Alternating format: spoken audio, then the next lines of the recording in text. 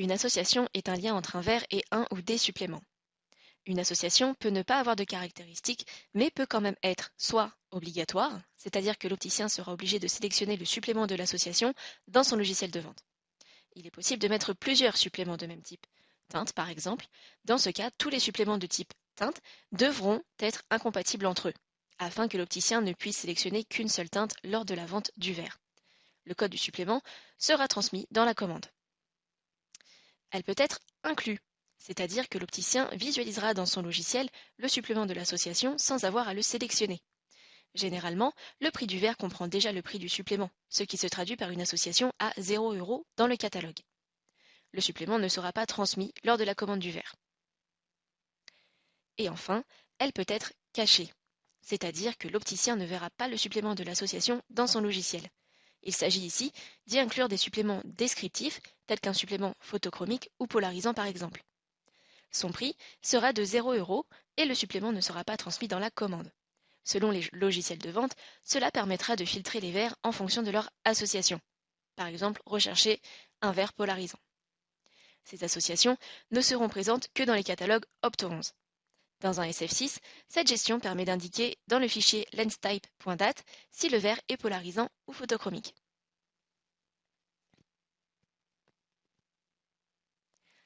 Pour créer une nouvelle association, il vous faut être sur l'onglet Vue conceptuelle, puis cliquer sur le bouton bleu représentant un plus.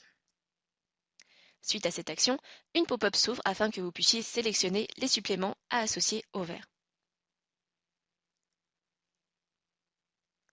Par défaut, nous n'affichons que les suppléments qui ne sont pas associés au verre afin de ne pas avoir des doublons d'association.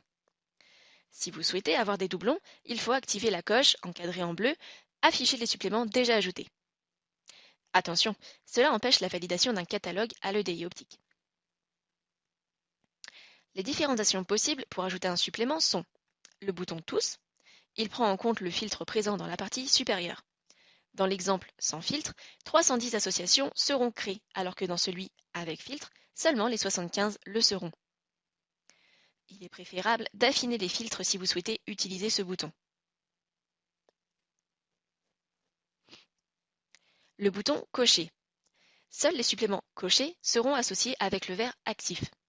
Dans l'exemple éléments cochés avec ou sans filtre, seuls les trois suppléments 0,25, 0,28 et 0,29 auront une association possible avec le verre.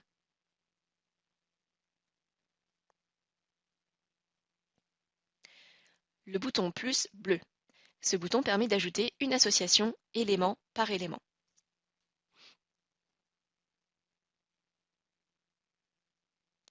Lorsque vous effectuez une action sur un de ces trois boutons, une nouvelle pop-up vous permettra de visualiser l'ensemble des éléments sélectionnés, cadre supplément, précédemment, d'indiquer si l'association n'a pas de caractéristiques particulières, dans ce cas aucune coche n'est activée, est obligatoire et inclus, est obligatoire, inclus et caché.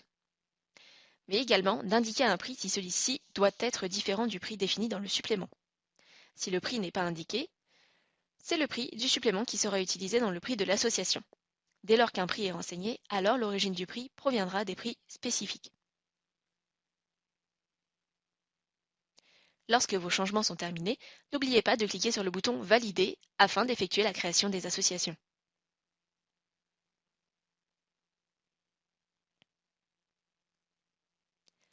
L'édition d'une association permet de spécifier des caractéristiques propres à chaque supplément. Cela s'effectue en cliquant sur une des images représentant une note dans la deuxième colonne du tableau. L'accès aux éditions ne se fait que par la vue conceptuelle. Après avoir cliqué sur ce bouton d'édition, vous obtiendrez une page composée de trois onglets. L'onglet Général. Caractéristiques principales. Ici, on renseigne les notions obligatoires, inclus et cachées vues précédemment. Prix. Dans l'exemple que l'on va vous montrer, l'association étant cachée, alors le prix est à 0 €. Le verre étant packagé, alors son prix tient compte du supplément associé. De ce fait, la Croix-Rouge permet d'informer visuellement que le prix est différent de celui du supplément. Dans ce cas, un prix spécifique est créé. Pour voir l'origine du prix, il suffit de cliquer sur la Croix-Rouge. Onglet Technique. Caractéristiques. Gamme. Elle permet de spécifier à quelle gamme de fabrication doit s'appliquer la gamme. Par défaut, la valeur est tous. Dans le cas où le verre ne comporte qu'une seule gamme, il n'est pas nécessaire d'en modifier la valeur. Par contre, si le verre est multigamme, alors il est possible de spécifier à quelle gamme de fabrication ce supplément fait référence. UVA et UVB. Les suppléments ayant déjà cette information, il est nécessaire d'indiquer une valeur uniquement quand celle-ci est différente de celle renseignée du supplément. Télétransmission. Elle permet d'indiquer s'il est possible, obligatoire ou non, de passer commande par EDI. Nécessite une teinte. Elle permet de spécifier si cette association nécessite une teinte ou pas. Par exemple, pour un traitement miroir, cette coche pourrait être active. 3 possibilités sont offertes.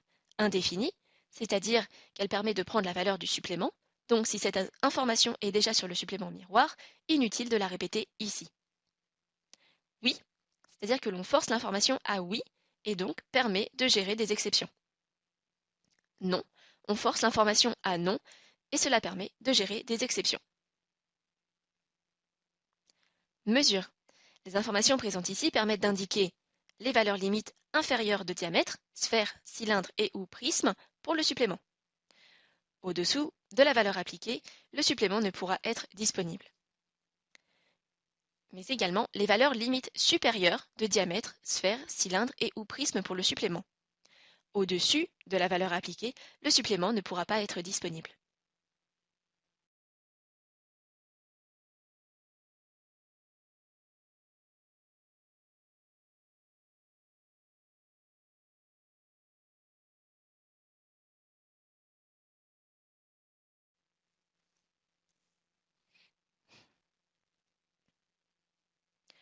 Onglet commercial.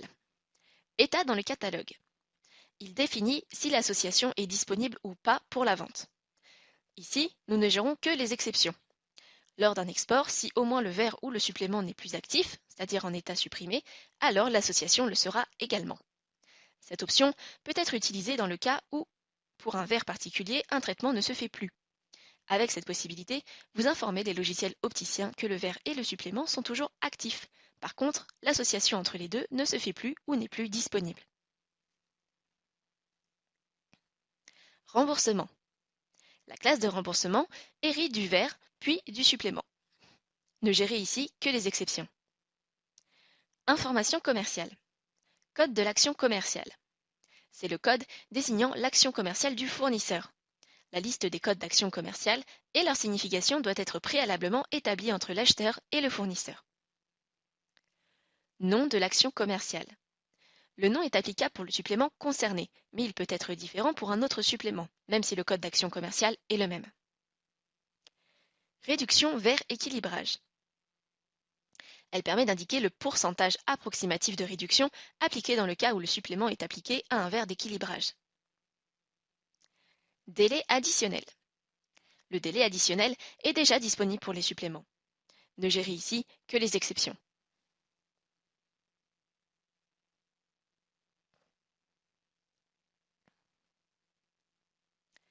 Gestion des associations héritant d'un modèle. Lorsqu'un modèle est utilisé pour un verre, vous avez la possibilité de faire hériter ou non les associations déclarées dans le modèle. Association d'un modèle. Toutes les associations présentes sur le modèle seront récupérées sur le verre. Toutefois, des exceptions seront possibles.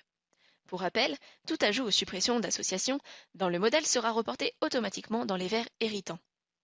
Les caractéristiques de l'association, obligatoires inclus et cachés, seront également transmis au verre enfant. Aucune association du modèle. Dans ce cas, vous faites le choix de faire vivre le verre avec ses propres associations.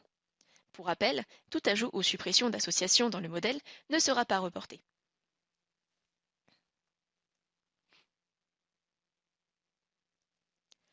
Lorsque vous avez choisi de faire hériter toutes les associations présentes sur le modèle, un tableau vous permet de visualiser l'ensemble des possibilités.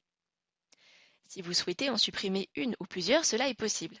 Il faut dans ce cas cliquer sur une des croix rouges. La ligne de ce tableau reste active, mais vous pouvez voir qu'une ligne s'est rajoutée dans le tableau situé plus bas. Supprimer une association du modèle. Dans l'exemple, nous avons choisi de supprimer l'association avec le pack teinte unie, la deuxième ligne du premier tableau. La ligne reste visible, par contre, dans le tableau inférieur, une ligne comprenant teinte unie s'est rajoutée. Cette ligne est en état supprimé, rayée et visible dans la dernière colonne, et n'est pas éditable. Ajouter une association qui n'est pas sur le modèle. Dans le tableau inférieur, l'ajout de nouvelles associations se fait de la même manière que vu précédemment dans la partie Comment créer une association. Dans notre exemple, nous avons fait le choix de rajouter le supplément pack teinte dégradée.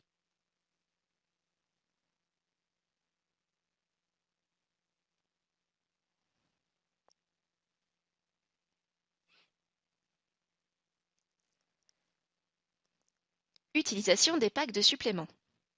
Les packs de suppléments sont à utiliser comme tout autre supplément lors de la création d'une association. Pour rappel, un pack contient un ou des suppléments que l'on peut gérer en fonction des vers auxquels il est attribué. Dans notre exemple, le pack teinte dégradée contient 3 suppléments qui sont visualisables en cliquant sur le libellé du pack. Comment supprimer un supplément présent dans un pack?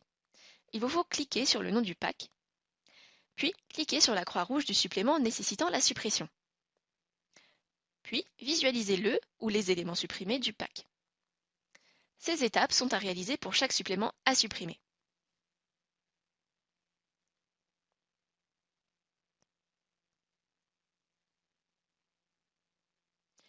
Quelle différence entre vue réelle et vue conceptuelle? La vue conceptuelle est celle sur laquelle vous travaillez. Tout ajout ou suppression d'association passe donc nécessairement par cette vue qui offre la possibilité de créer, supprimer les associations, inclure les caractéristiques des associations, donc obligatoire, inclus et ou caché, la gestion des packs, et enfin la visualisation des associations héritées des modèles. La vue réelle permet de visualiser les associations présentes sur le verre lors d'un export, public ou spécifique à une enseigne, le pack d'origine d'un supplément, l'origine de l'association si celle-ci vient d'un modèle, le prix, seul le premier prix renseigné est renseigné dans ce tableau, l'origine du prix, impact des associations obligatoires dans un catalogue. Nous allons voir deux cas. Dans le premier cas, l'opticien souhaite commander un supplément obligatoire, c'est-à-dire qu'ici, il va choisir le HMC Backside. Tout est correct. Dans notre second cas, l'opticien souhaite commander un supplément ne faisant pas partie des associations obligatoires. De ce fait, il ne pourra pas valider sa commande si au moins un des suppléments obligatoires n'est pas sélectionné. Attention, dans ce cas, à bien gérer les incompatibilités entre les suppléments, car si ce n'est pas fait, l'opticien pourra ici commander le HMC Backside avec un SAR.